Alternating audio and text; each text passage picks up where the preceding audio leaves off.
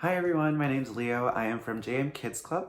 I am going to be telling a short story today from the Tales of Beetle the Bard from Harry Potter. But first I want to show you guys this really awesome music box that my friend let me borrow to show you guys. So it's a Harry Potter music box and it has all of these things around it. Like it has Quidditch and that's Gryffindor, Harry on his broomstick, the Hogwarts crest, and then you open it, and it says Expecto Patronum, and then it's like a Dementor with Harry's Patronus, and then when you play it, it plays.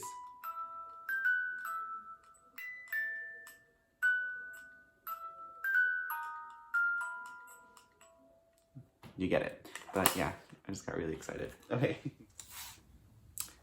All right, I am gonna read The Tale of the Three Brothers. Hope you like it. There were once three brothers who were traveling along a lonely, winding road at twilight. In time, the brothers reached a river too deep to wade through and too dangerous to swim across. However, these brothers were learned in the magical arts, and so they simply waved their wands and made a bridge appear across the treacherous water. They were halfway across it when they found their path blocked by a hooded figure, and Death spoke to them. He was angry that he had been cheated out of 3 new victims, for travelers usually drowned in the river. But Death was cunning. He pretended to congratulate the 3 brothers upon their magic, and said that each had earned a prize for having been clever enough to evade him. So the oldest brother, who was a combative man, asked for a wand more powerful than any in existence, a wand that must always win duels for its owner, a wand worthy of a wizard who had conquered death.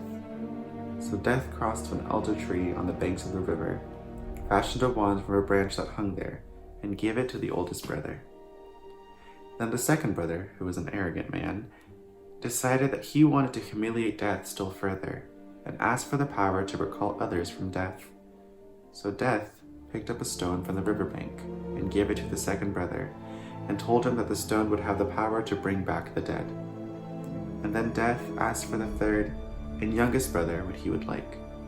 The youngest brother was the humblest and also the wisest of the brothers, and he did not trust Death. So he asked for something that would enable him to go forth from that place without being followed by Death. And Death, most unwillingly, handed over his own cloak of invisibility. Then Death stood aside and allowed the 3 brothers to continue on their way. And they did so, talking with wonder of the adventure they had had, and admiring Death's gifts. In due course, the brothers separated, each for his own destination. The first brother traveled on for a week or more, and reaching a distant village, sought out a fellow wizard with whom he had a quarrel. Naturally, with the elder wand as his weapon, he could not fail to win the duel that followed.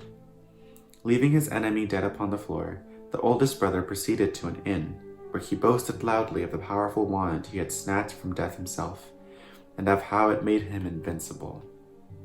That very night, another wizard crept upon the oldest brother as he lay upon his bed. The thief took the wand, and for good measure, slit the oldest brother's throat, and so Death took the first brother for his own. Meanwhile, the second brother journeyed to his own home, where he lived alone. Here, he took out the stone that had the power to recall the dead, and turned it thrice in his hand. To his amazement and his delight, the figure of the girl he had once hoped to marry before her untimely death appeared at once before him. Yet, she was sad and cold, separated from him as by a veil. Though she had returned to the mortal world, she did not truly belong there and suffered.